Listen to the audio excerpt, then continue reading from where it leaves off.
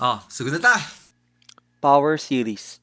A power series in x minus a is a series of the form the summation of c sub n times x minus a raised to n when n is equal to 0 to infinity is equal to c sub 0 plus c sub 1 times x minus a plus c sub 2 times x minus a quantity squared plus c sub n times x minus a raised to n. Theorems. If the power series summation of c sub n times x raised to n from n is equal to 0 up to infinity is convergent for x is equal to x sub 1 where x sub 1 is not equal to 0, then it is absolutely convergent for all the values of x for which the absolute value of x is less than the absolute value of x sub 1. Theorem. Let the summation of c sub n times x raised to n from n is equal to 0 to infinity be a power series. Then, exactly one of the following condition holds. First, the series converges only when x is equal to 0. Second, the series is absolutely convergent for all the values of x. Third, there exists a number r greater than 0 such that the series is absolutely convergent for all the values of x for which the absolute value of x is less than r, and is divergent for all the values of x for which the absolute value of x is greater than r.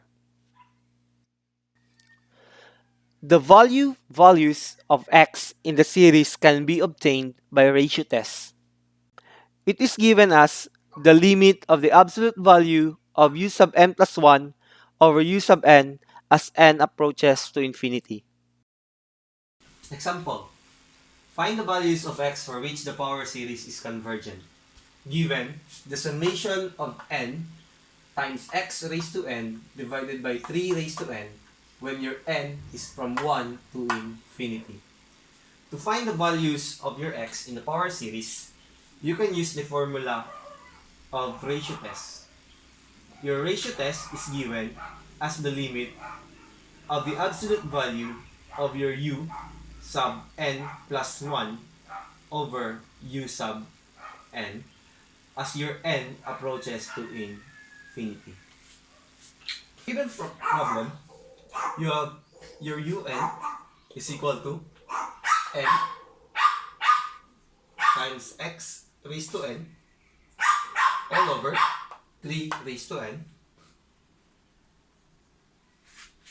Then your un plus 1 would be equal to n, quantity n plus 1 times x raised to n plus 1 over 3 raised to n plus 1.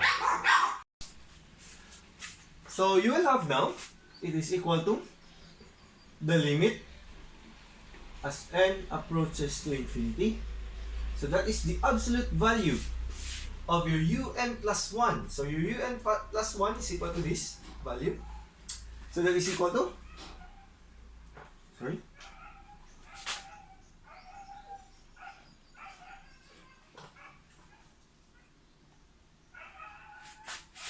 un plus 1, so that is n plus 1 times x raised to n plus 1 over 3 raised to n plus 1 over your u of n, so that is n times x raised to n divided by 3n, that is n times x raised to n over 3n.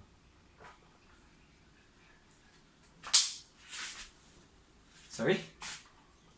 So this would be your limit function.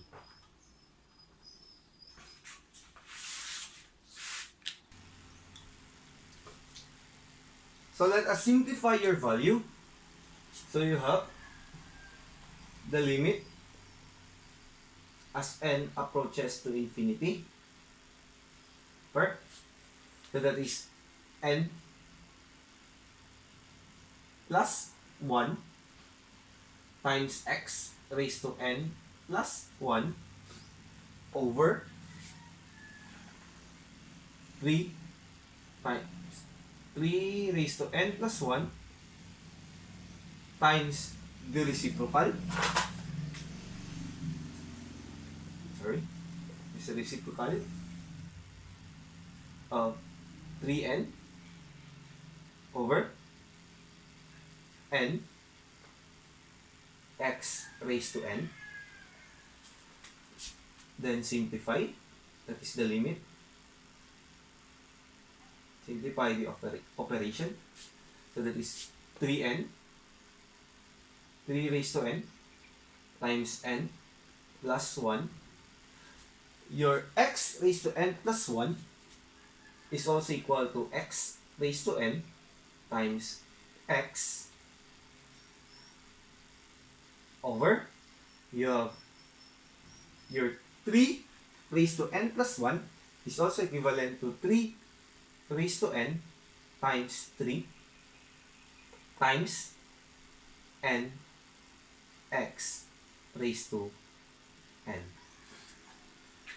So 3 raised to n divided by 3 raised to n, so that is equal to 1. X raised to n divided by x raised to n, so that is equal to 1. Then factor out x. Let us write limit as n approaches to infinity. The remaining term would be n plus 1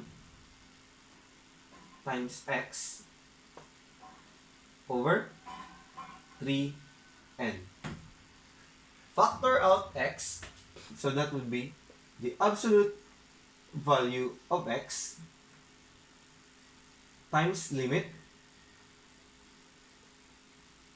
as n approaches to infinity of n plus 1 divided by 3n. So you have the absolute value of your x times the limit as n approaches to infinity times n over 3n, 3 raised to n, 3n. That is 3n plus 1 over 3n. Then as your n approaches to infinity, n divided by n, that is equal to 1. So you have the absolute value of your x times the limit of n as approaches to infinity. You have 1/3 plus 1 over 3 times n. So when your n approaches to infinity, so you have the absolute value of x times 1/3 plus 3 divided by 3 times infinity.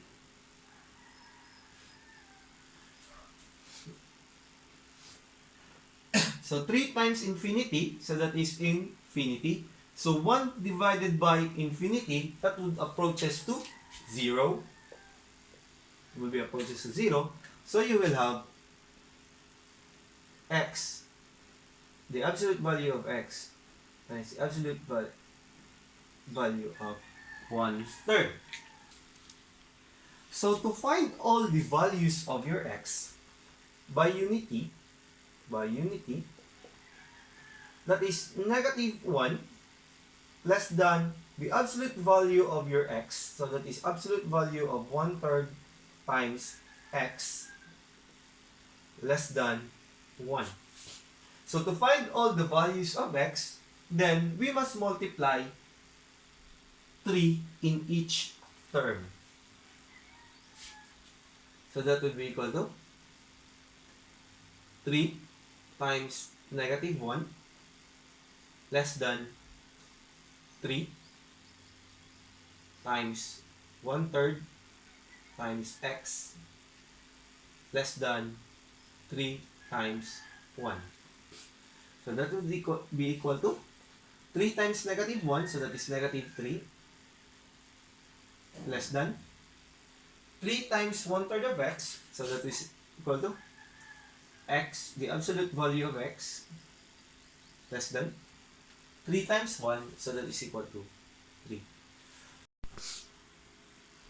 So these are the values of your x for your power series.